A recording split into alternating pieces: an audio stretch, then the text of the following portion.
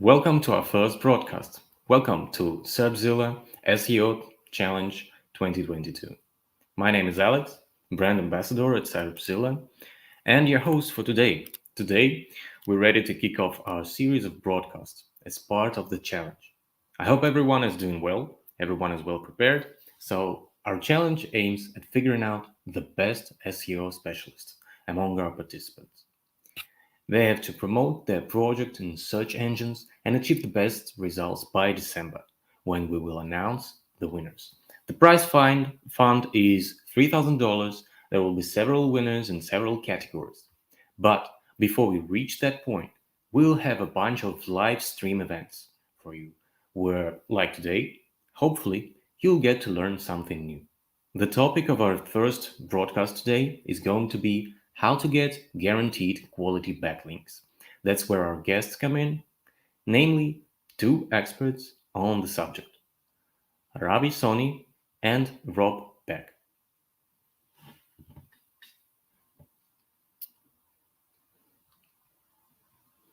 Ravi, Rob, are you there?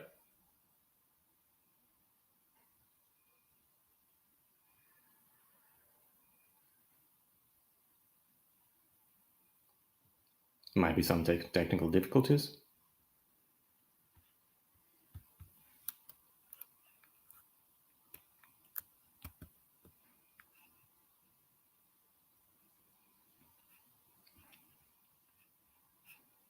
Can we please get Ravi and Rob on stage to introduce themselves?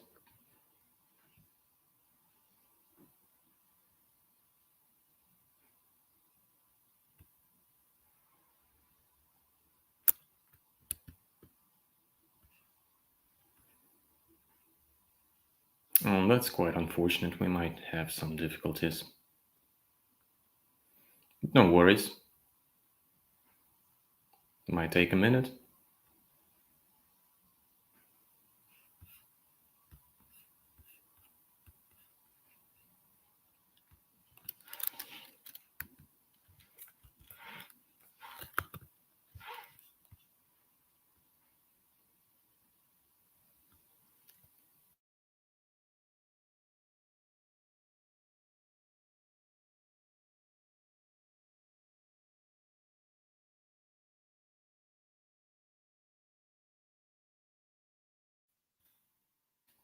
As we're waiting for Ravi and Rob, I'd like to announce that tomorrow we're gonna have a live demo for SerpZilla services where you will be able to join for free. The link will be provided to you in the chat, and apart from the demo of the service, you'll be able to hear out some interesting case studies, success stories, learn something new. And I will announce that one more time at the end of the event where you will get your links.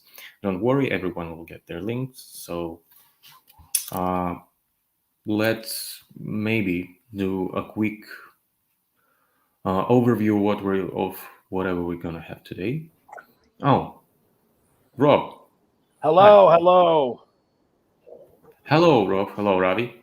Hi. So, Hi Alex, how are you? please, I'm fine. Hope you're doing fine too. Please tell our viewers about yourself, your line of work, your expertise. Just a brief Rob, you introduction. want to go first? Yeah, sure. Yeah, so first of all, thank you to our gracious host, SerpZilla, certainly for putting events like this together, and then particularly for putting a impressive bounty behind initiatives like this. I always sort of personally enjoy being a part because as much as, I hope to share information that I know, I'm always eager to kind of learn from the community and see what people are doing. So yeah, for a quick background on myself, I am director of client services at a Chennai-based agency called O3M. Really runs a healthy mix for us where both, essentially paid, social, and SEO all kind of come together. And We also have sort of two sides to the business. One is the traditional India KPO BPO side, excluding myself, the secret Indians, if you will, behind fully automated systems and US and UK agencies. And then we have the direct client side. Honestly, I'm more passionate about the direct client side because we get to share ideas and kind of test new things. And you have the victory and the pains and the gains. Similarly, something I really enjoy is we get to work with clients all across the ecosystem, right? For me, my favorite thing in the world is that first victory for sort of a new to online business. The first time they get their GBP listing up and get a phone call or these kind of things.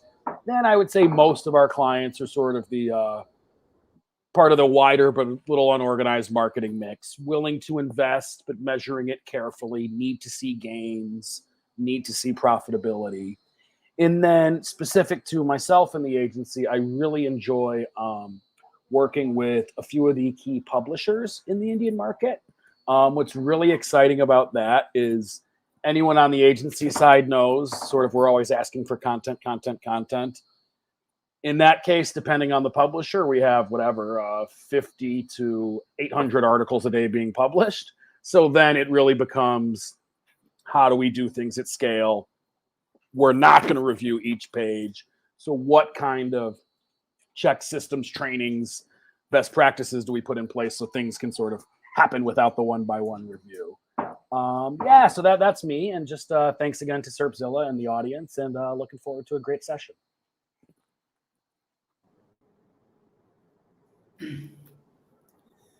Great to know, Rob. I'm really passionate, and thank you so much, Alex, for inviting me and Rob for this event. I had an event last time as well, and it was an excellent audience that time, and I'm so super excited for this event as well. To get you a little more about me, I would like to start with my purpose, because that's something what I strongly believe that drives every one of us. So my purpose is to live an extraordinary and inspire people to live an extraordinary life. And that's something which I have to delve into what I do in my life. I am the co-founder of Obbserv and O+. So I will give you just about that. So on the same lines, we have a purpose for Obbserv where we inspire people to thrive and scale beyond boundaries. And that's something we have been doing since last 10 years. We have been working with various brands across the globe, naming from startups to big brands like Amazon, Swiggy. I used to lead it for Flipkart, which is now being acquired by Walmart. But yeah, that's something which has always excited us. Yes, we are also a youngest vendor for World Bank as well. So that's where we try to add by doing what we do towards a social cause as well. So this has been a journey of last 10 years. We are a team of more than around 150 people, extremely passionate about solving problems, growing brands using technology. So we have a tradition since we started that we have always built SaaS tools for solving different problems, automating stuff. So no doubt, along with KPIs, we also have a lot of automation done as well on the back side, where we strongly believe that leveraging artificial intelligence, how can we build systems which can really help our clients to grow faster, better, cheaper. That's something which has been an agenda for all of us at Obbserv, and that's something I'm representing right now. Where yes, we have created a curiosity lab. So I strongly believe that if we really want to solve the problem of the world, then we need to make people more curious.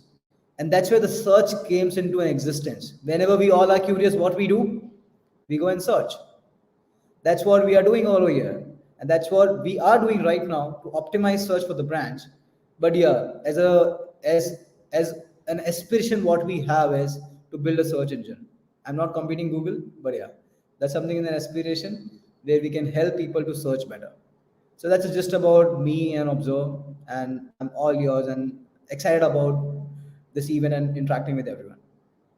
All yours, Alex. Thank you all for the introduction.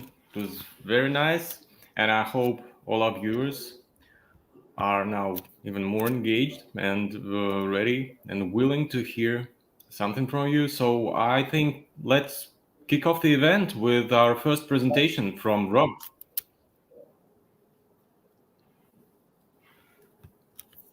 Rob, you're on mute. You're on mute. Take the stage, Rob. Sorry about that. I was just sharing my screen. Can you see me? Cool. So yeah, today I just wanted to share in a fairly open forum some of what I'm doing as far as link building, and again, keeping an eye across the spectrum of clients that I've had the opportunity to work with, and that I'm sure that are attending today's event. Right. Um, Already gave the grand bio. Only sort of personal interest thing is here is if you've heard my voice before and it's not from marketing. I do a lot of dubbing in the Hollywood industry, so maybe you hear me from there. Then yeah, so a few things I wanted to do to sort of set the context for what I might be talking about today, and then let's get into the details there. So one thing I always like to do is, of course, same as any other SEO, is rather obsessively follow the various Google algorithm updates and documentation changes.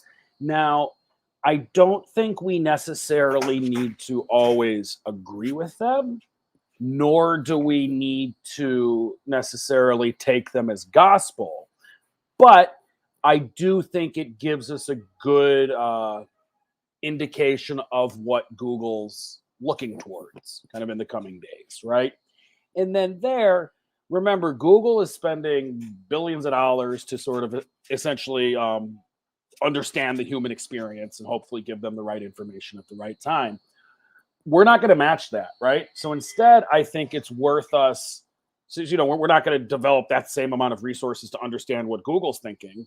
Instead, let's just focus on the humans, right? And then we should be pretty lockstep with Google instead of always sort of chasing behind them. So yeah, a few things that we saw were essentially some pretty radical changes to search query evaluators documentation, where they started grouping YMYL, of course, your money, your life, by instead of categories into potential to cause harm, which I thought was quite interesting. And then I think a funny one is, remember, originally EAT, building expertise, authority, and trustworthiness signals, were really just for the YMYL sites. But I think we all sort of listened to it and saw it as one of these things coming in. So really, everyone's eating. We're going to build those signals. Then, of course, we saw product review updates, right? I think 4 of them in the recent period. And I think that speaks to, again, the importance of content, right? Links play a massive, massive role, but we want to be serving genuine information, right? Sort of, I know it's cliche, but think outside of the box, right? Where you should have in-use pictures and really comparisons outside of manufacturer specifications. In that space, I think the affiliates that have survived are doing something different with their reviews, right? Instead of just sort of, here's the list of 10. Then of course the core updates, do with those what you will. Then some curious here from other panelists where there's some negative buzz around sort of that AI created content, but I think it certainly has its role. And then one kind of pain point, I'm starting to see some of the Google documentation, particularly around Google business profiles, run counter to what I would call common business sense, right? Where they're saying, don't ask people to leave positive reviews, don't treat people with positive and negative reviews differently. That's common sense, right? If you own a restaurant and someone says there's a fly in their soup, you carefully handle it. If someone says it's the best soup they've ever had, tell everyone, right? So it's weird when Google is sort of counter to just what makes sense. Now, there will be patterns and commonalities in sort of any link building approach, but always keep in mind that like you and your site are unique, right? Some of that is like the actual ecosystem you operate in. That's where perhaps some of your links are going to come from. Customers and opportunities feed into that, right? As an example, perhaps counterintuitive, I would think the best links to my website would be from Google, Amazon, and Shopify. Now, that's from joining partner programs, right? That's not a fit for everyone, or it's not possible, or it's like an agency program and you're a brand. So you need to think about what makes sense. And then it's also not just the role of the SEO, right? An SEO is not going to say, hey, I joined this association and we hosted this event and we did this and that, right? Instead, you want to win that buy-in, right? And then again, keep in mind, everyone has sort of different everything, right? Abilities, resources, language ability, goals, tools, etc. So we need to understand, how we leverage that. I think a good place to be would be to understand what type of links there are. So of course I Googled it, and Google tells me there are 9 or 23 or 8 or 14 or 2 or 3 or 19 or 10 or 23 types of links, right? So perhaps there is a lack of sort of a lack of clarity here or some confusion, or we're all talking about different things and kind of all of these answers are accurate, right?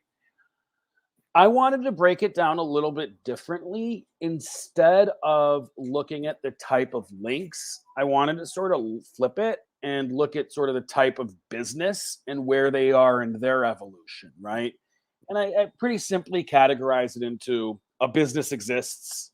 Okay, now they're in business, starting to see some customers, the well-known business, and then sort of the household name, you know who I am, right? And then I would actually argue the I exist links are more important than the much more difficult links that sort of the large enterprises can win, right? And again, particularly when we're talking about aggressive link building, I can't underscore the importance enough of working to follow some sort of natural pattern, right? The same way it would be weird if, I don't know, 2 people came to your birthday party, but 1,000 people came to your wedding anniversary.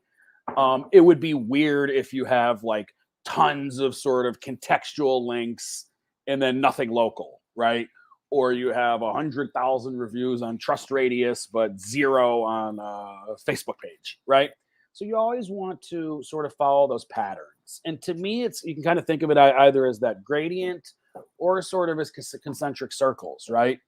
So I think the I exist business, this is common sense, right? In the old days, it would be, are you in the phone book? Today, that would be, are you on Google Maps, right? And then similarly, right? Just at the core, does this business exist? Are you in Just Dial Suleika? These kind of sites, right? So that's pretty easy, right? Aside from making sure the video verification or the postcard for GBP is success, all of these things are just, enter the information, sort of the old school directories, right? Then I think there's that I'm in business evolution, right? There, typically, you're going to see some social activity and two-way, right? Some reviews and questions coming in, as well as you're broadcasting your brand. This is typically when that sort of startup circuit of media coverage comes. Your Story, Hindu Business Line, any of those sort of hyper-local best of X and Y lists, right? And then maybe some local sponsorships and some community activity, right? And sponsorships are something I'll talk about in a minute. Then once the business is sort of well known, I think things really take off, right?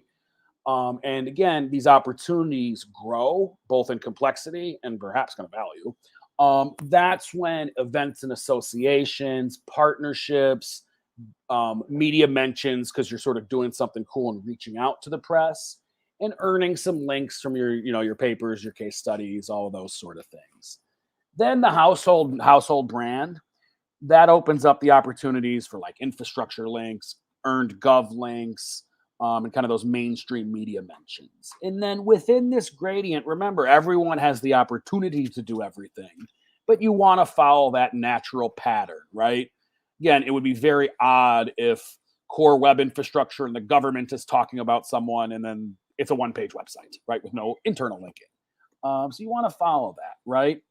And then you accelerate this, right, with awesome tools and perhaps more aggressive link building techniques, right? So again, you're doing what a business does naturally, but you're working to do it faster or better, right? that I exist, right, are there premium listings that include sort of an actual link there, right? And then the I'm in business, the your stories, these ones, you can earn those, or I don't think it's a real secret that you can buy those, right? So how fast do you want it to happen, right? Do you want to wait for them to approach you, or do you figure it out with a platform or a PR agent, right? Then when you get well known, opportunities really open up, right? Content creation at scale, reciprocal relationships. I don't mean like reciprocal links like 20 years ago, but kind of one hand washes the other, both wash the face kind of stuff. And then a lot more in events, right? And events are something I wanted to talk about for a minute. To me, and this can be an online event or this can be a physical event. Those are some of the most underutilized activities for SEO that I encounter in my day to day, right? If you think of an event, you have delegates, you have sponsors, you have attendees, right? So again, whoever hosts that landing page is of course naturally going to get links from the sponsors and delegates, right? Hey, we're at this place, register here to attend, right? So in that planning meeting, whoever raises their hand and says, yes, I'll take the day to build the landing page, is going to be the one that gets all those awesome links, right? And then you can extend it from there even. If you look at after the show, right? You put, some people just say, thank you, see you next year. Some people do some cool things with URLs and put up like in a sizzle video, in case you missed it, posts, just sort of pictures and fun stuff. And then all of that is essentially link bait, right? Companies being highlighted, people in the pictures, anyone who's attending next year.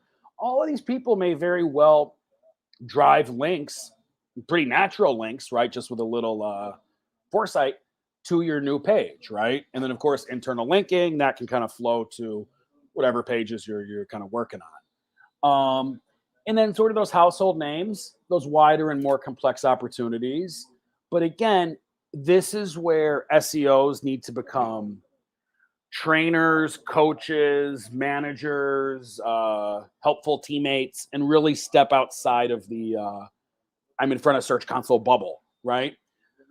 Because again, like an event, an SEO is not going to put on the event by themselves, right? That's unfair within an organization.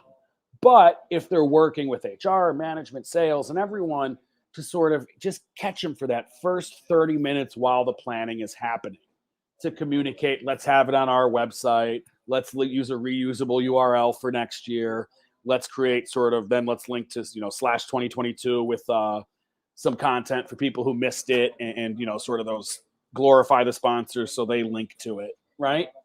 And that's what happens, right? And then again, it really is a gradient. Nike, they can get all the media mentions they want in the world. Store is certainly linked to by some great sites. But look, if there's an individual store that's not on Google Maps, no one will find it, right? And then again, I mentioned this, but in my case, most of the best links really are coming from sort of partnership activities and these kind of things. And then again, when we need to accelerate it, tools like SerpZilla are there. And of course, don't forget your internal linking, right? So then I wanted to talk about sort of a few, I wouldn't call them sort of not so secret weapons, right? First would be platforms. SerpZilla leads the way, right? Tons of opportunities in there. Pricing is solid, quite easy to use. And then just sort of some tips there, fitting within that natural pattern, but then accelerating it a little bit, right?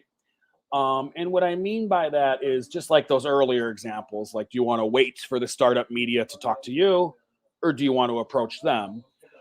And then again, sort of making sure things make sense, or the way you're doing your link buys and your link outreach are making it make sense, right? And that's kind of one of my favorite sort of activities there, where if you've been sort of, let's say, too aggressive on guest blogging, but you have no contextual links, then perhaps that's where a SerpZilla steps in and says, okay, here's that ratio. Let's sort of correct that.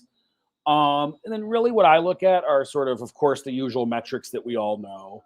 You do want to have some relevance there. You want, I call it naturalness, right? Like truthiness, it's not necessarily natural, but it does fit with it, right? And then even if it wasn't a link, would it be cool to be here, right? And I've found that scales well and kind of keeps sites out of trouble, right? And the next secret weapon is using someone else's budget. I'm not talking about stealing their crypto or anything like that. I'm talking about is within the organization. CSR budgets can be a great SEO activity. And also you get to make a difference, which I thought was interesting. Other speaker mentioned, right? How do we bring sort of a cause along with our work? And yeah, CSR for SEO can be fantastic, right? Just some examples there. Here's a city regional chamber of commerce, right?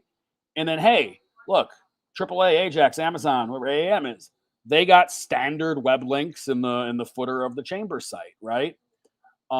Likewise, we can see a couple little leagues, and then we have our valued sponsors, and those are regular web links, right? Going back to their sites. And then there, I think it puts Google in a non-envious position, right? So certainly that follows the criteria of a paid link, but I mean, what would their suggestion be? Don't donate to charity, right? Should they punish the Youth Little League and then the Chamber of Commerce, right? I don't think they're going to do that.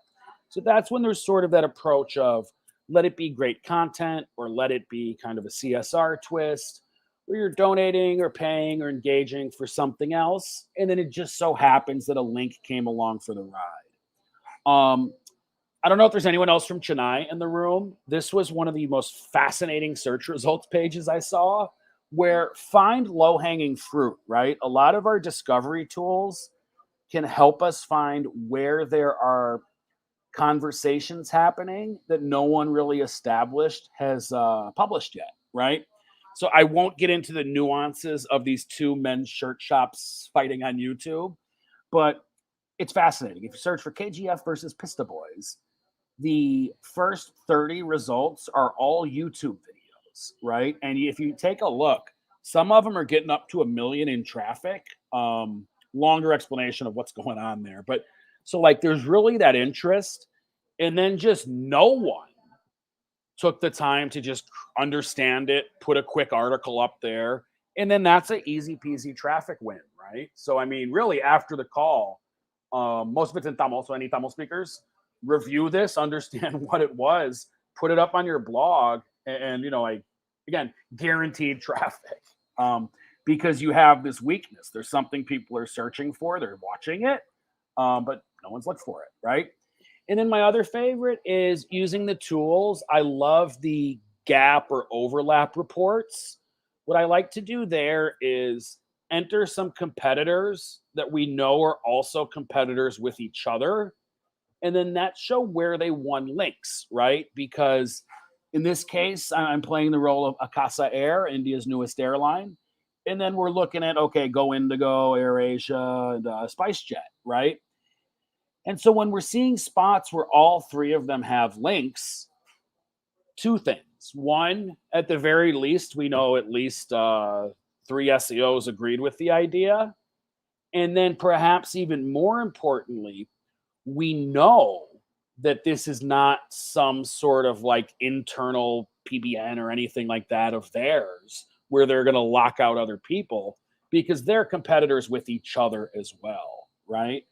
And then another one, this is something I wanted to show. So this was a new launch. I know it's a conversation on Twitter right now. So technically there was no link building, right? But that's ridiculous because there was lots of link building that just happened because they put an event together, their media themselves. So, of course, media contacts and sort of the big announcement was easy, right? So it happened, but I reject that it happened without links, even though I'd love to brag. It was just that the links happened in a very different manner because, you know, spend some time to understand, to help the client understand what's going on there. And then, you know, have them action it. But that is so rare.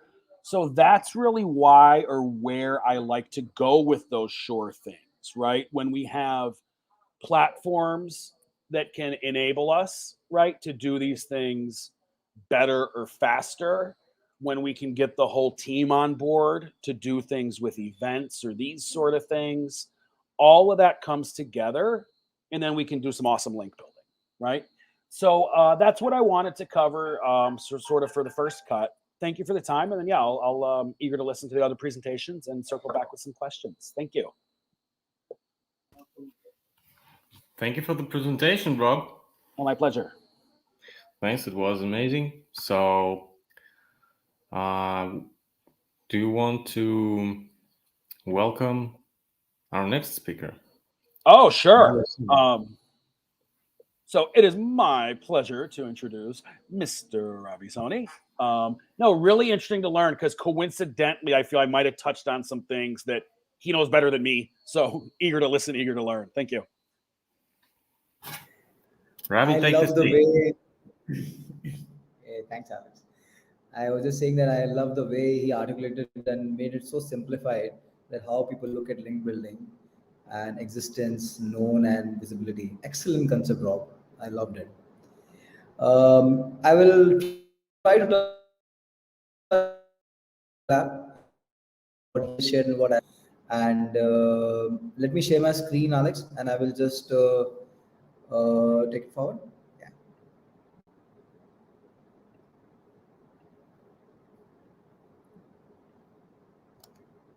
I hope my screen is visible. So yeah, as we all know that one of the key aspect of focus today is proven ways to get high quality backlinks, and I would be sharing something which may be a little more new about what we are doing and what is happening out there. No doubt, recent updates from Google has shaken up the whole internet, and we did some aspect of research on the Frisk as well, which we will be sharing as well. So yeah, before that, I'll just have 2-3 slides about O Plus, and then I will move to the topic as well. So this is the lab I was talking about, which is the Center of Excellence for Search, where we are fulfilling curiosities and building tools. Couple of tools which we have built at O Plus, which are about either building links or maybe about reviewing them, because that's something which we and very interesting tools apart from the various tools which we use internally as well. Couple of brands we have worked with. Yeah, and here we are. That's a social initiative which we have at our end. So before we go into more into link building, I want to have 3 half truths, which can be really interesting for everyone to know. And there are a lot of beliefs out there in the market that what is quality design link building, or how we should see link building, or should we do link building or not. So let me share a few of them. So one of them is make backlinks more than your competitors. That's something which is a normal belief of almost all the people I meet. They always come and say, okay, this is how I analyze using Ahref. I see, okay, this is a gap. Now I should make more link building. But friends, I really want to tell you that, okay, and we already know this, that the quality is much uh, having a higher weightage than numbers and how many backlinks we make. The second thing is the do follow link is a quality backlink. Yes, it's always a great idea to get a do follow link, but what about the naturality which you need to build in front of Google?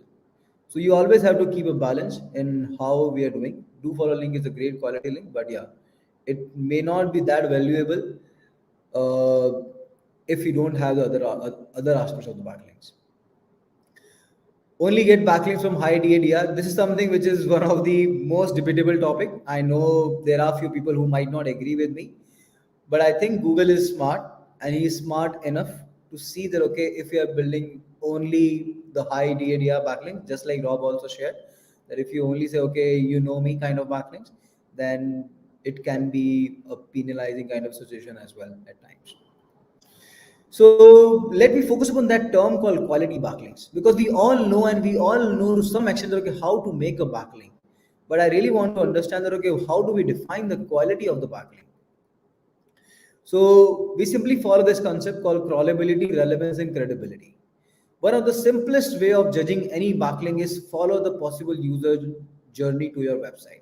If you think that okay, this kind of a website can help me to get a backlink, make a backlink from there. Or this kind of a website may be a source of user to my site, make a backlink over there. But before you make a backlink, you need to identify okay, what stage of your brand, that what stage your brand is in.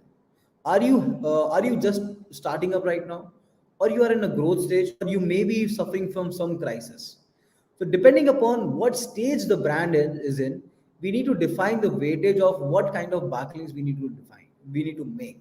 And that actually defines what is the quality, because quality is always defined by what is the need and what is the attribute of the factors which a user is using for defining the quality for themselves.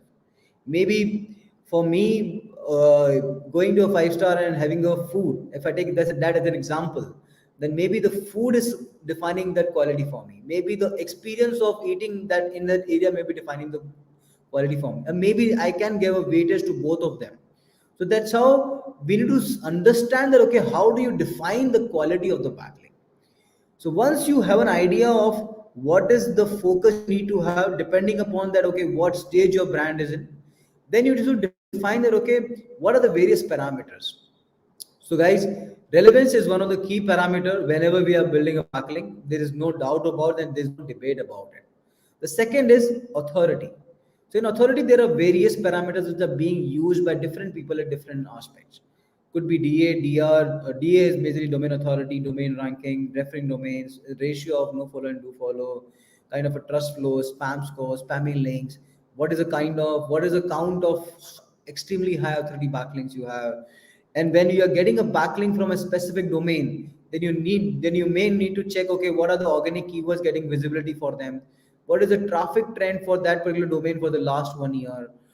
When was it indexed lately? Because it gives a lot of idea about what is that website known for, or what is that website is like how credible that website is, and then how many crawl pages that website has, the top pages of the website, then the domain age does count to some extent, what kind of digital activities they are doing, and what is the location, if I like maybe the target location what they have as well.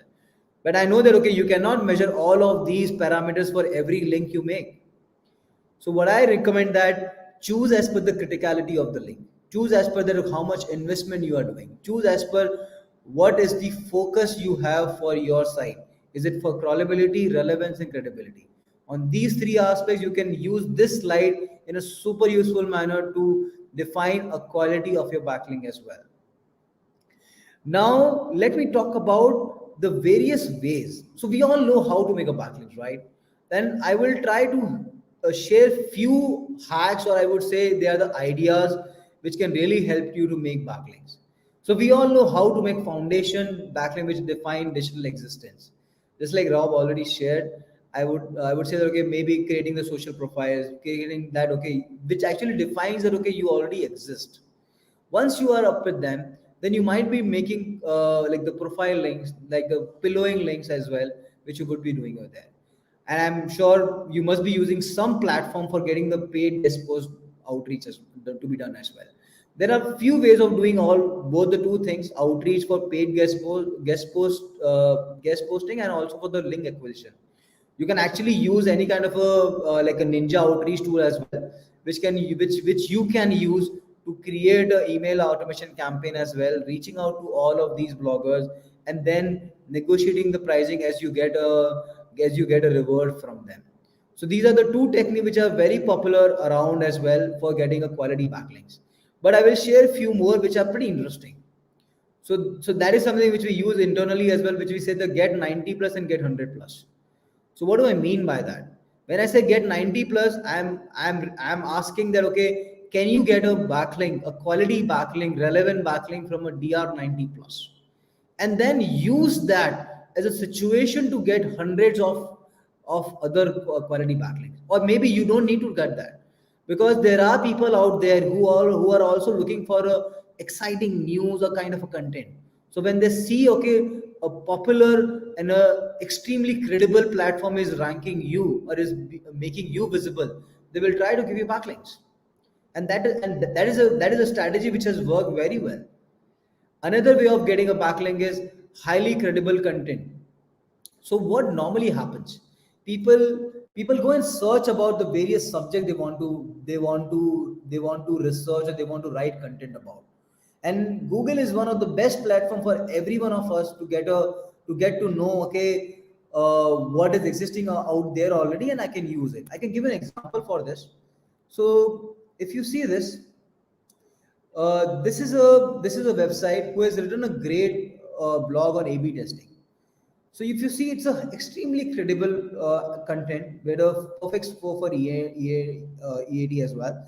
And then, because this is one of the sites which I reviewed last time when I was on SerpZilla's webinar, and this is one of the perfect example, because majority of their links they have got is through organic link building, where people have started mentioning them into useful resources on their blogs. So they are using this as one of the blog for writing content on their website for all the sites which they are building, and then giving a backlink to them. So that is a great way when you have a strong expertise, and if you can write a industrial or your product focused content, or the problem focused content, the problem you are solving, and then making it exposed to the world.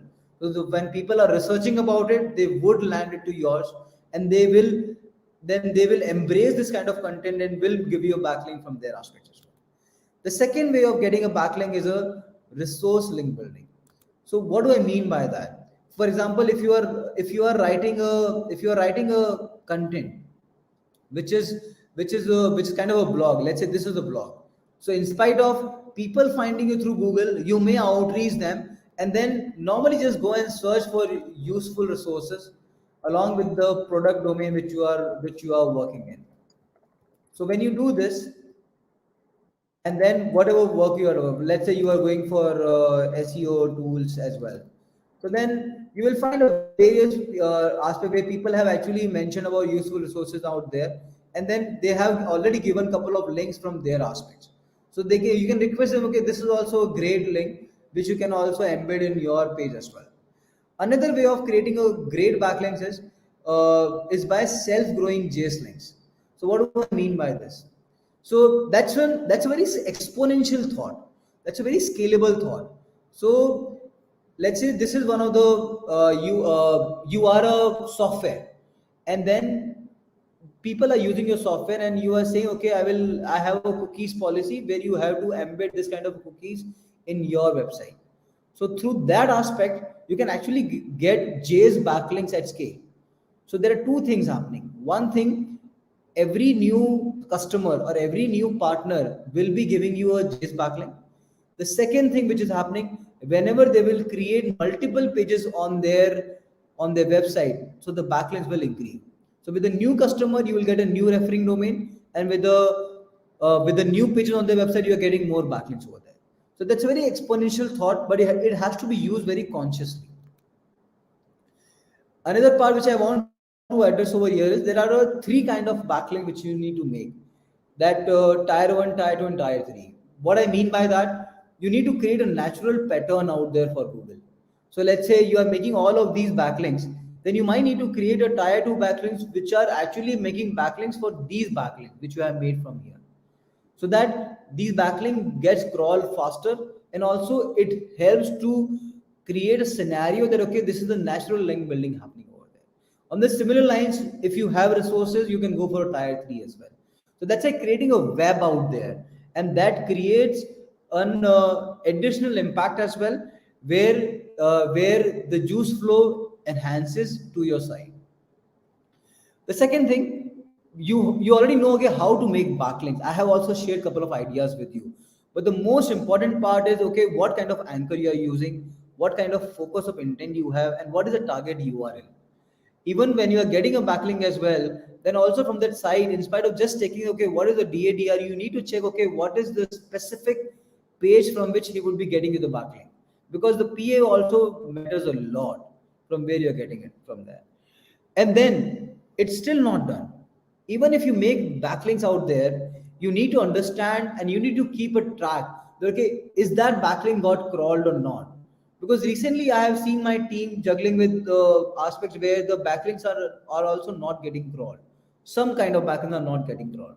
So you need to be very conscious about, okay, are these backlinks getting crawled for you or not? Thanks to a couple of tools which we have made internally, but that really help us to track all of them at scale.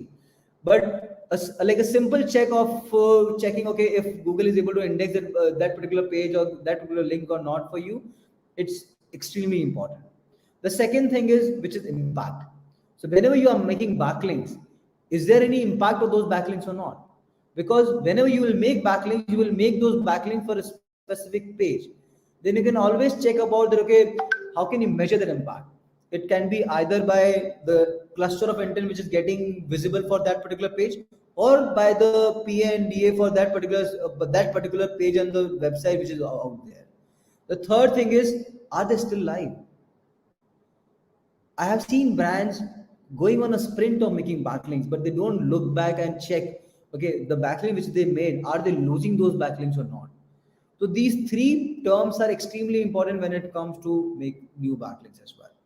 And then there's no perfect formula for getting a great backlinks, but you can always experiment, you can always analyze, and you can always re-strategize depending upon what is happening in the present situation. No doubt Google is pretty smart, they're getting new updates every day and night.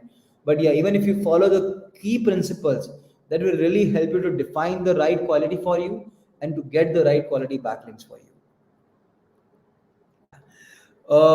So along with this, we also did an analysis of Flisk, which I can share over here. That okay, this was a project which was given to which we took as one of the site to analyze as well, and I can share a quick analysis through that. I can share, okay, what are the findings you can get whenever you are doing any backlink analysis. So I think it's better I should share here in this particular file. So if you see over here, this is a domain, this is a website which is majorly for, it's a kind of a hiring SaaS software, and we did a quick analysis on it of how does it look out to the audience, or how does it look out to the Google. So we used a couple of tools like SEMrush, Ahrefs, and Moz, and we saw, okay, what are the kind of backlinks they have got. We got to know, okay, they have got a backlinks of around, they have somewhere around 1600 backlinks, which is a little low on account. Why I'm saying so? Because you always need to compare with your competitors as well. So I will just give you an overview of how this site looks like. If you see, then they have ups and downs, but recently their traffic is decreasing drastically. We also saw that, okay, a couple of their pages have got delisted as well in the recent time. And then we also observed that, okay, what kind of backlinks they are doing. So no doubt we can see an upward trend in terms of the referring domains they are making, but there's a downward trend in terms of the backlinks they're getting.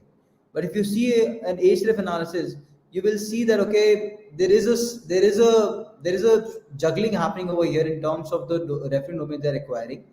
But the more interesting part is the domain rating has first increased and then again has decreased. So it looks like that, okay, they need to check the kind of strategy they're building, or the kind of strategy they're using for building the backlinks, because this is something which is unusual if you're doing the right things. Almost once you compare them with a couple of the competitors, so if you compare on these kind of parameters, you will see that, okay, no doubt their domain authority is fluctuating around 14 to 15, but if you see one of the market leaders is workable, so no doubt comparing with them could be a great idea that, okay, where are they ranking and what is happening for them. And if you see on all the parameters, so the trust flow and the citation flow matrix as well, which is also not suitable, it has to be a better ratio over there. And even they have some spam, but it's still doable over here. Even when you're making a backlink, the house should be in shape, but if you see, then these matrices are also not very impressive.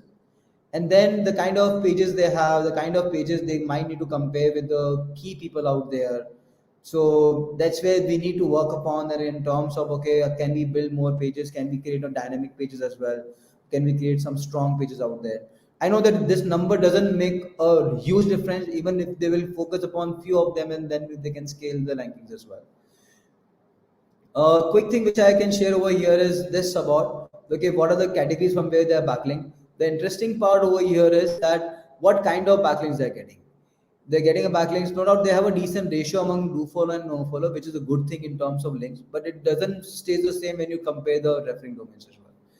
In terms of the backlinks, no doubt there's a decrease in which we already understood. But yeah, one more thing which I highlighted over here was, yeah, the kind of domain authority, like if you will just classify that, okay, what kind of links they're getting, then most of their links are from a very low authority domains as well. So where I recommend, okay, they need to work upon getting, maybe they need to enhance their authority focus or their rating focus from where they're getting the backlinks for. And then we also did an analysis of the various referring domains what they have, and then how can we capture them, and how can we see it. If you see over here as well, they have a few backlinks from a high DR, but these numbers are not in sync. So there, which is again a debate. Okay, are these spammy links or not? So tracking on those lines, if they have paid for them, then they should check them as well. That okay, what is the quality of those backlinks, and does it really make sense for them? If you see these numbers, these like 00 numbers, or even a single digit number, considering these numbers, doesn't make sense to us. So it looks like that okay, the portfolio of the backlinks they have, they may need to dissolve some of them as well. And in terms of anchor test also, we saw that okay, no doubt they have a consistency on the content writing job is one of the key keywords they are targeting, and also but the other of the keywords which they are targeting, they need to restructure it. They need to create more diversification. No doubt they already have a lot of diversification, but they don't have a focus over here.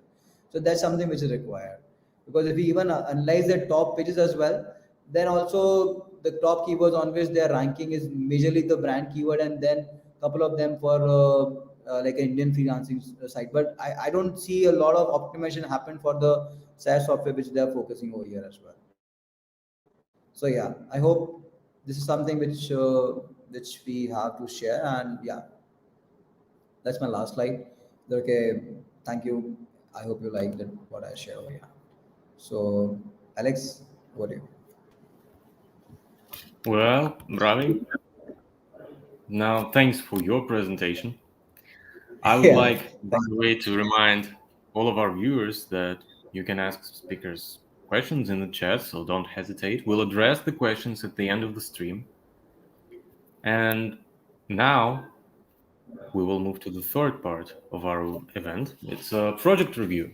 On each stream, our guest experts will conduct a review of a project submitted by participants of our challenge. And by the way, if you're live with us and want to take part in the challenge and try your skills and win the prize, you still have time to submit your project until October 20th. You can still become a participant. So you have about a week to go. It's not too late. Yeah. And today, our submitted project is an AI-based marketplace for workforce management, FlexC. And Rob and Ravi are going to review the project Yeah. and tell us for what it is. Yeah. So just to jump into that, and first of all, Robbie, thank you. I found that wonderful. Very rarely am I presenting and also going to ask the question in chat. Will the slides be available? And yeah, I thought that was great. So yeah, I think specific to Flexi, Ravi covered quite a bit as far as the let's call it sort of the technical link aspects of it and kind of the direction that it's going in. So with that context, honestly, I don't have too much to add, but wanted to chime in on kind of a few things, right? And then let me share my screen just so everyone can see the site. So first of all, when I first saw the site, this is what I see. I think it looks very nice, modern, cute, but has the potential to be an SEO nightmare, right? I'm clicking actual image text and these sort of things. Okay, we have our work cut out for us. And also, I'm expecting sort of a single page scrolly site. I don't see a privacy policy in terms and conditions. So at first, I have my quick, oh no, right? Then I clicked on organization. and I see a nice big website, right? So big sigh of relief. They have a lot to talk about, right? Now, one thing to note is I'm curious, the same way as a user, I was a little confused. I wonder what Google thinks of that, right? I'd be really curious both to Google or even just any of the tools when you do a site audit, what they're seeing, right? Because I thought it was very nice, it was done for style, but I could see a case where it's an intrusive interstitial, right? Where Google's very clearly telling us not to do that, right? But then we get to the site and you know, sort of we start seeing the good stuff, right? Now, a few things that I would see my eye on, and the one reason I want to talk about this a bit is internal linking is linking as well, right? So let's see, I might go to the, so okay, accept my cookie prompt. And then what's interesting is, okay, let's say I want to find some professionals. I'm immediately getting gated here, right? So then Google may not be able to see what's behind there, right? Likewise, if I'm the talent, thank you. Similarly, I'm not sort of getting to any jobs. I'm clicking get started, and then I'm going to the gate, right? Now, interestingly here though is if I look for say Java, I am getting results returned, right? So what's interesting to me here is I would prefer that we give Google that traditional navigation, breadcrumbs, taxonomy that we have some control of, because I suspect Google will find this search box and start winding its way through it. And then any of you who have been in Search Console with when Google gets carried away with search strings or pagination, we know what can happen there, right? So looking at internal linking, I'm wondering what we can do here to sort of push Google to understand the site the right way, right? And then sort of moving on, so that's kind of the first thing, right? Where is that nice sort of landing page a problem for Google, or is it nice? A nice experience for Google. Don't know, but something I would keep my eye on.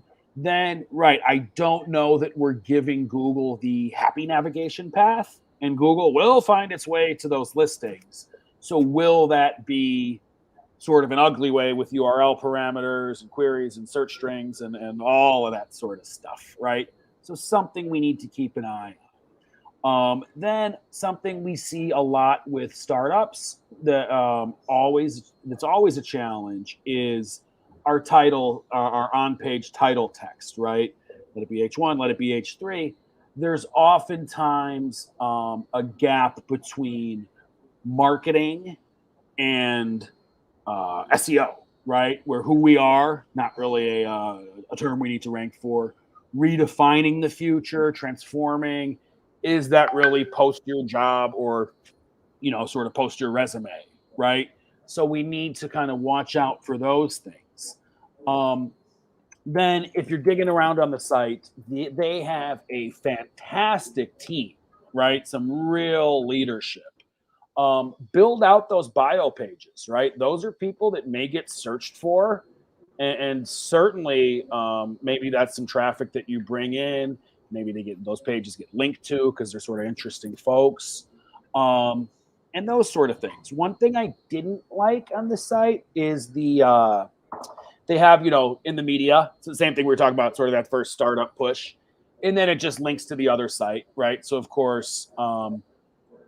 Is there some way we can bring that in and make that own, right? Could we put a little spin on it and then, hey, so we have a blog post of our own and then, hey, for more, click there, right? And see it. Then you'll notice on the blog section of the site, the author is like Flexi Admin. I was a little disappointed in that because they have an awesome team with tons and tons and tons of credibility. Right. So it's a little bit of a disconnect to see sort of the by admin author when they have all these awesome people at the company. Right. On the blogs themselves, I thought the content looked quite strong. No real issues with it, except I don't know how many of you are getting Google Discover traffic. I know I sort of had the opportunity to see it early working with the publishers, but starting to see, say, regular sites get it. One small big thing there, of course, you need to pass Core Web Vitals and PageX. And then in addition to that, make sure your images are unique 1200 pixels wide and enabled by something called Max Image Preview Large, right? Those are two of the near only requirements to be eligible for Discover. And then everything else is just sort of fighting the good fight. And then on link building, I think there was a bit of a missed opportunity, right? Where as far as the links they have, I thought Ravi detailed that quite well. The other piece is the links they don't have, right? And specific to, again, their ecosystem, they have a lot of opportunities there, right? They have jobs, they have companies, and they have candidates, right? How do we make those things links, right? And I think there's many, many ways, right? The candidates themselves, if we're making it easy to share, maybe instead of LinkedIn, this site becomes their resume site, right? Hey, check me out there. And we've seen that with like Upwork and even Fiverr and these kind of sites where, you know, I doubt Fiverr has to do much link building because everyone says, hey, here's my thing, right? Then, of course, there's a funny thing with link outreach where sometimes we lose our marketing brains and we just send the dear sir, ma'am, hope this finds you in good health. Can you please link to this article? Get a little creative, add a little masala to it. One thing I love to do is in this case, you have employees and employers. For the employers, publish something about how people you've referred love working there, and sort of maybe you're creating an award around on your blog that they won, and then they're going to link to that naturally for their own PR purposes, right? Likewise, if you get one of the companies saying, "Hey, I hired Rob and he's wonderful," I'm going to link to that, right? So keep in mind where kind of these asks become different, right? And then they have their other links of sort of the traditional HR associations and these things. And then the other one is they can do a bit of link building on competitor sites if they do the cross posting, right?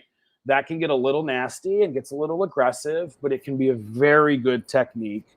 Of course, the originator of that, I believe, was Airbnb, when they were posting their listings on Craigslist and taking Craigslist listings and posting them on Airbnb, right, to build their inventory. So similarly, right, if a posting goes live here, can they potentially cross post it on like Internshala and any Naukri and sort of any of the job sites, right? So that's what I would come in mind. And then it does look like they have a lot. When we look at their links, it looked like it was sort of a fair amount of blogging, guest blogging types. And then that's where something like SerpZilla could do a great job of quickly balancing that. Because we saw from Robbie's charts that they had sort of the that blip. And I think it was like sort of, hey, the aggressive technique is working and now it's not, right?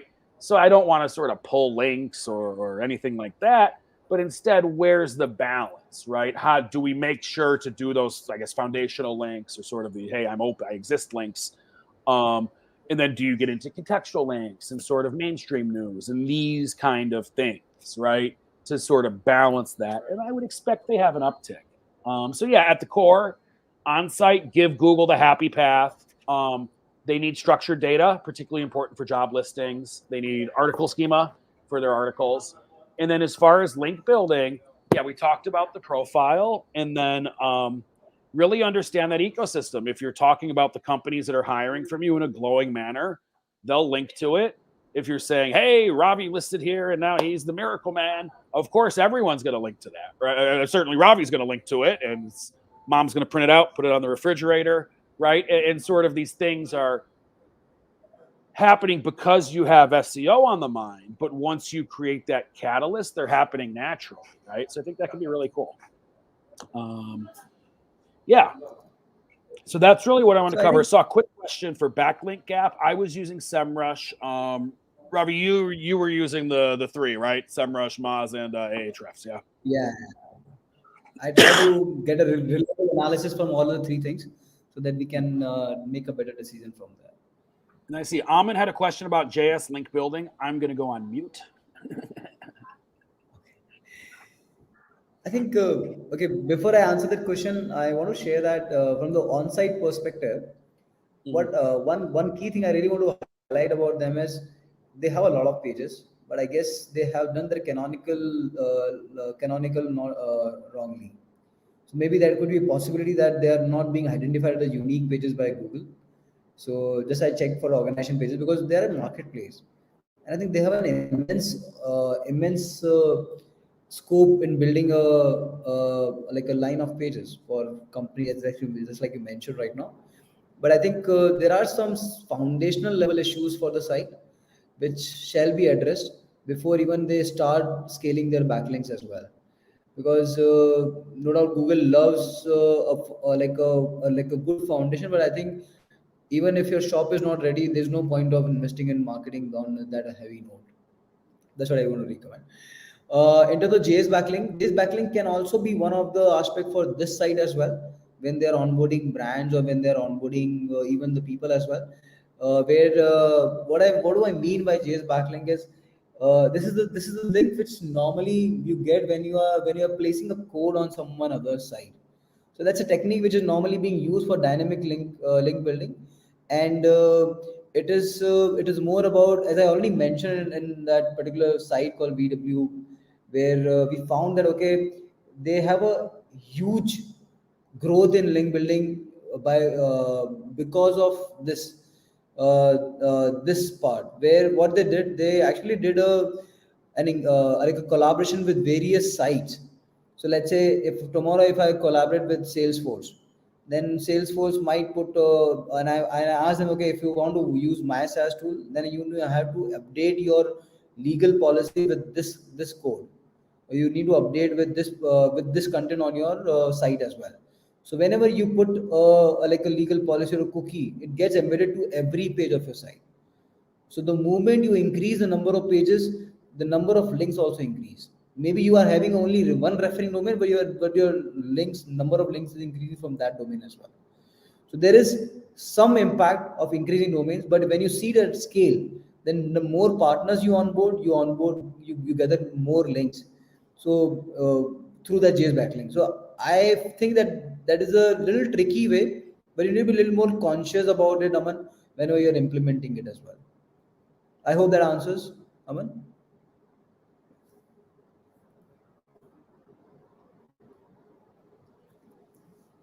Yeah, absolutely.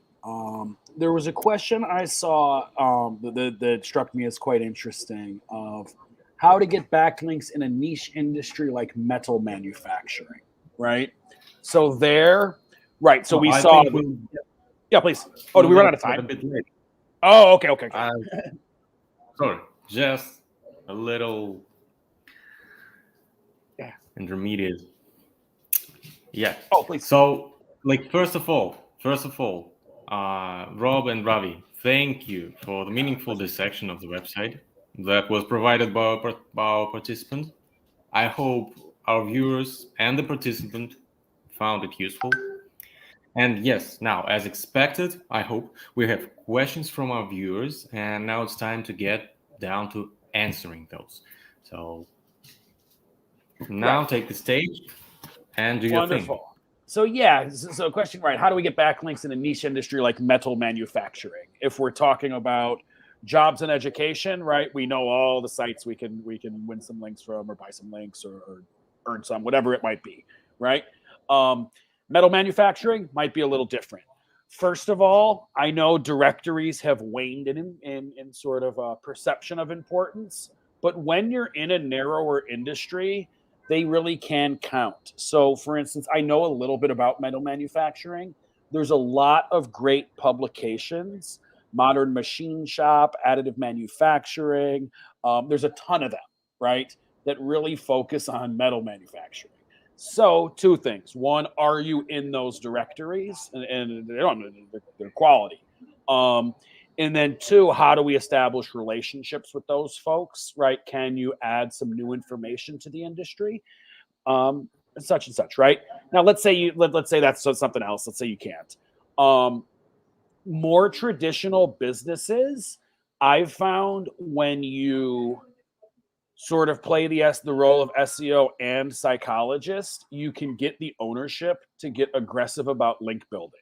And what I mean by that is if you go to sort of the traditional chairman and say, hey, we're doing SEO and links and page rank and this and that and domain authority, they're not interested. If you explain, hey, that other site is getting more customers from Google because more people are pointing at their site than they're pointing at your site, it sort of pokes the ego, and they're going to open up their network that they've built over the last 10 years in metal manufacturing and help build, right? And that's where you look at sort of the vertical. So if I'm a metal manufacturer and I call my supplier and say, hey, I'm doing something called SEO, can you link to my website? It's weird, it's awkward. They might say no. What is this, right? However, if I say, hey, I did something nice on my blog, I mentioned that since you have the highest quality raw materials, that's why we purchase metal from you, so then we can manufacture great stuff. They're going to link to that right away. You don't even have to ask, right? So why are they linking to you, right? It helps them. And then likewise, down the chain, if you're, who are your customers? And you say, hey, we did a customer profile about why you're so awesome. Same thing. They're going to naturally link to you, right? So keep that in mind, right? I think sometimes we get too dialed into, okay, a link is like this. It's either a standard link or a no follow or a sponsored link, and we need them. But get a little creative, be a marketer, be a psychiatrist, understand the motivation of others. And then, yeah, really cool things can happen. Cool. So I hope that helps.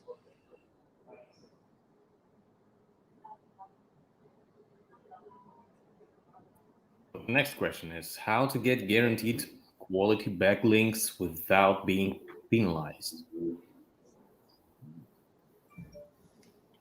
What's your Robbie, you got some thoughts on that? That's kind of a tricky question. That without being penalized is like telling you the secret. Okay, why Google will penalize you for a backlink. So I guess as I already mentioned that okay, there are various quality parameters which you should check when you are getting a backlink. I also sure for Flexi as well. That okay, they didn't check. They only check the DR of the website. So normally, what people make a mistake is they always check DADR and they will get a backlink from them. But it's a good idea to have a look of on the traffic trend for the site and also having a look okay what kind of sites are being ranking to them and what they are ranking to from them. So this really helps in at least reducing the probability of getting penalized. I cannot say that okay you can be 100% safe, but yeah, you can reduce your probability of getting penalized by monitoring the quality in a little better manner. And also one more thing I can add towards it is that consciously adding high authority sites or like high credible links, just like some couple of news channel like news sites and all, that really mitigates the probability or uh, reduces the risk, I would say, for getting penalized. I hope that helps. Yeah, agree with that. And then similarly, following that natural progression, right?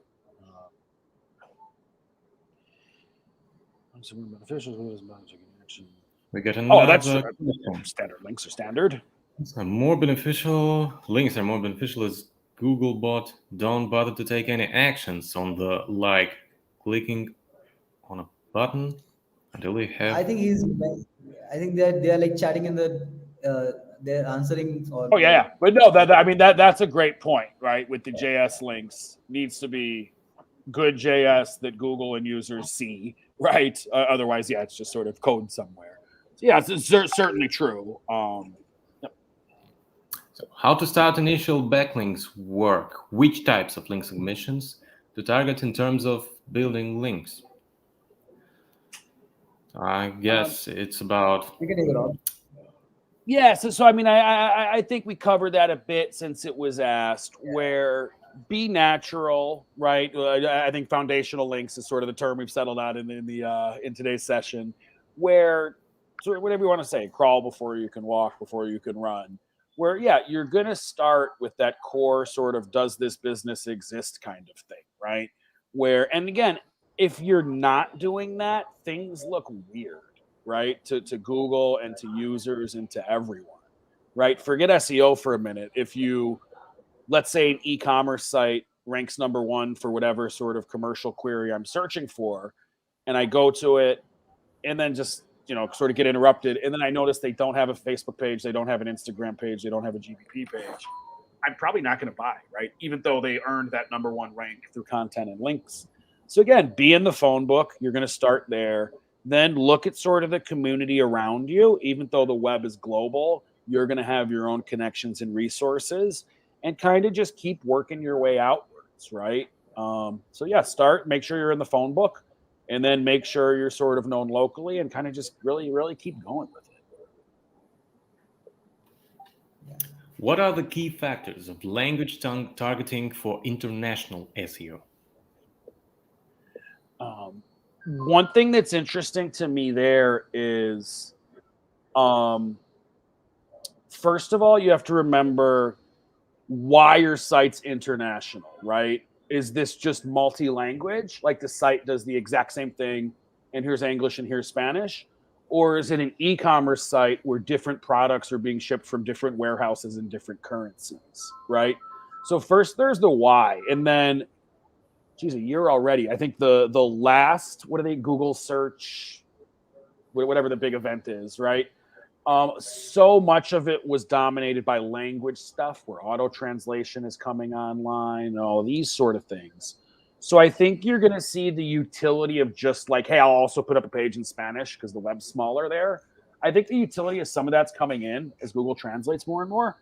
But when you, the short answer to what do you have your eye on when you're targeting different countries is there's something called hreflang, right? Which are tags you place on the website that's telling Google or telling other search engines or other bots, okay, this is sort of the default site, right? If someone's in outer space, this is the site they should see, or we don't know where they are. And then you're specifying, this is the Spanish language site for Spain. This is the Spanish language site for Mexico.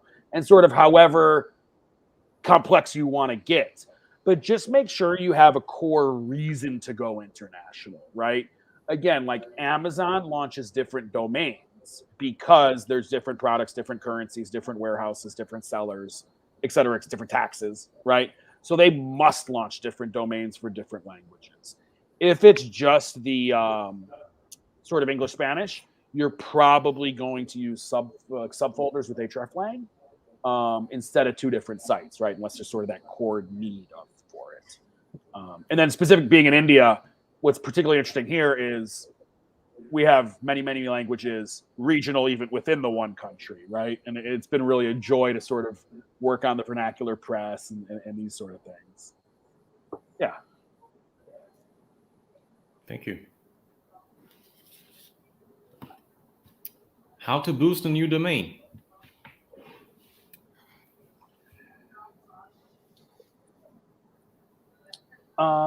So as far as new domain, I mean, similar sort of to that concept where you're going to start with get in the phone book, be in the listings, have some nice content, right? And again, that content is going to be super, super important for kind of things to happen at the core, right? That's what determines not just the authority of the page, but what it should rank for, right? And so then start with the content, make sure you have sort of a structurally sound website. And then I thought it was interesting. As mentioned earlier that, make sure your site's in good shape and there's no sort of core issues, like anything fundamental getting in the way of good link building, right? So typically Search Console, keep an eye on it. Make sure your pages are getting indexed properly. Google's sort of crawling your site. And then I think you look towards that link building. And again, there's that natural progression, which comes down to resources, connections, and budget, right? Focus on building a great business. Eventually, sort of the initial startup press will contact you and say, we'd like to cover you. Or you, let's say, accelerate that, right? Through buying links, finding them through a marketplace, contacts, PR, whatever it might be. So I want to add to that. Can I? Please. Yeah. So I think that's something which has been a critical point of starting doing SEO for any brand. So, and for example, if you're having a new domain, so I have seen that people buy a domain as well for maybe simplicity of the name or a couple of other reasons there can be. So what I recommend that, okay, you need to do a due diligence check as well on the domain. If you need a starting it out, then and there has to be few pre-foundational check has to be there. You may need to disavow a lot of backlinks which are already listing to it. You need to see, okay, what is the relevance already being established to the domain. Because for example, I work with a brand, and when I was analyzing, so they were having a DR of 70 or 68, sorry, but the relevance was all about travel industry, and they were focusing upon fintech industry, so there was no specific connect to that. So if you're boosting a new domain, first what I recommend is, let's clean it up first as well, and then one of the approach can be, okay, how can I boost the crawlability of the domain. That has to be one of the primary, so that at least all of my content gets crawled along with foundation as well. Yeah. Bye. Thanks, Ravi. We have a lot of questions, but it's going to be the last one for today. How to get out from SAP Google update? Ooh. So right. So this was September. This would be a core update. You know what? The last session I was on was specifically about recovering from core updates. So I'm sure there's a fantastic replay on the SerpZilla YouTube channel. But in short, remember, I think sometimes updates get misunderstood where they think it's like Google was angry and punishing everyone. Remember, unless it's an update where more kind of zero-click stuff is happening, somebody won, right? If you move from ranking 1 to 10, certainly you're not the only one that moved. So to me, it's really sort of monitoring the results and understanding within your space who's winning, who's losing, right? I've seen sometimes it's like Google sort of almost taking the opportunity of a core update to find some issue that's always been happening on the site, and then now today it's a problem. Specifically to kind of the last few months, I know a lot of what I've been spending time on is balancing link profiles, right? Where things got a little wacky between kind of our types of links. Spent a lot of time on things like author pages and making sure reviews are substantive, right? And all of those and then of course making sure nothing is actually broken on the site.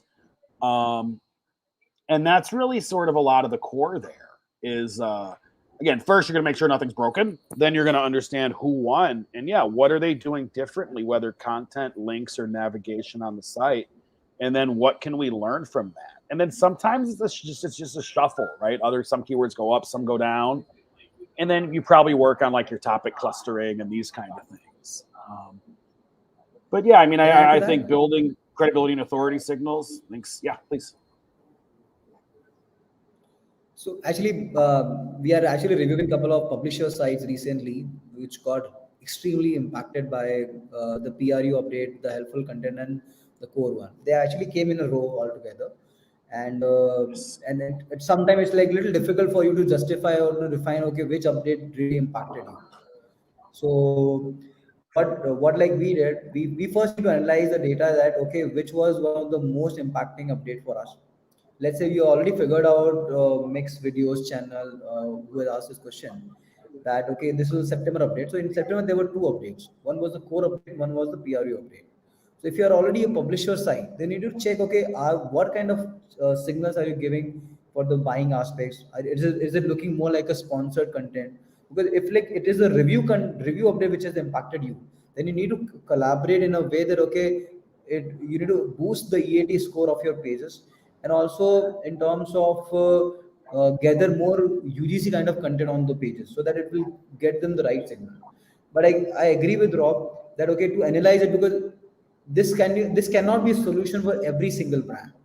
You need to analyze it into the situation where you are and what kind of content you are publishing over there. So monitoring your competitors would be a great idea.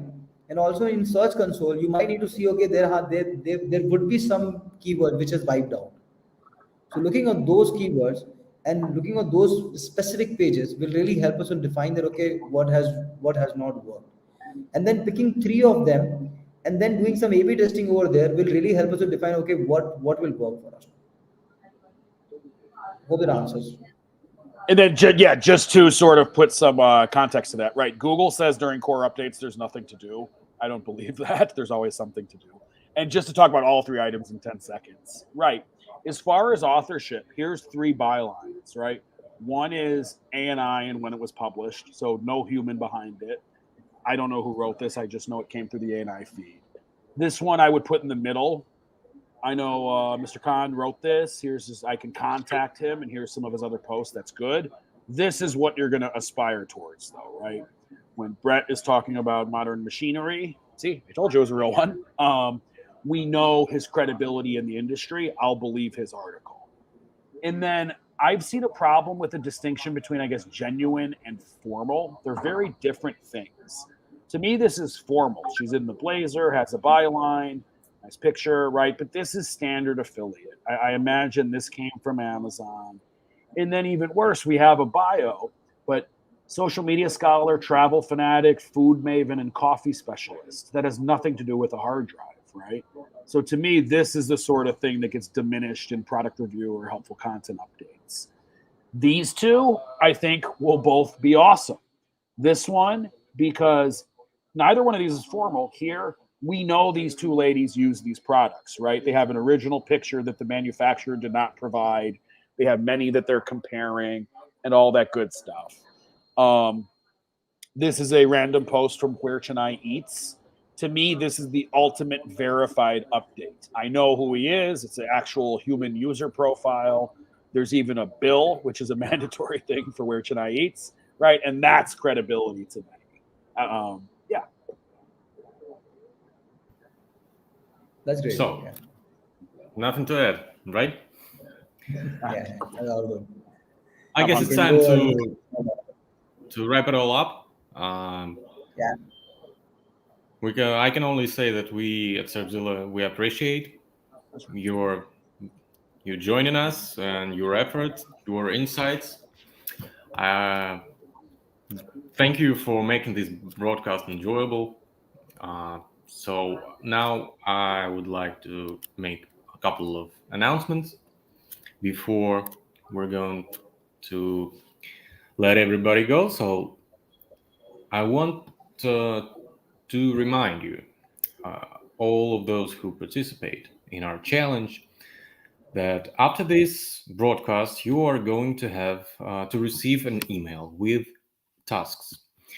If you were to get familiar with the program of our challenge, you might already know that you will have additional tasks after sent out to you after each broadcast, so you could gain additional points. The task will consist of two parts. You are to collect 20 new backlinks and, mind you, 3,000 extra points. You collect 20 new backlinks and you get 3,000 extra points. And you need to get a high quality link for your project. So that's going to be 3,000 extra points. And if you get a quality backlink from the North American region. That's an extra 500 points on top. All the details of the task, you'll receive it on your email. I will also take the opportunity to remind you that if you're not a participant of that challenge, but you want to try your skills and still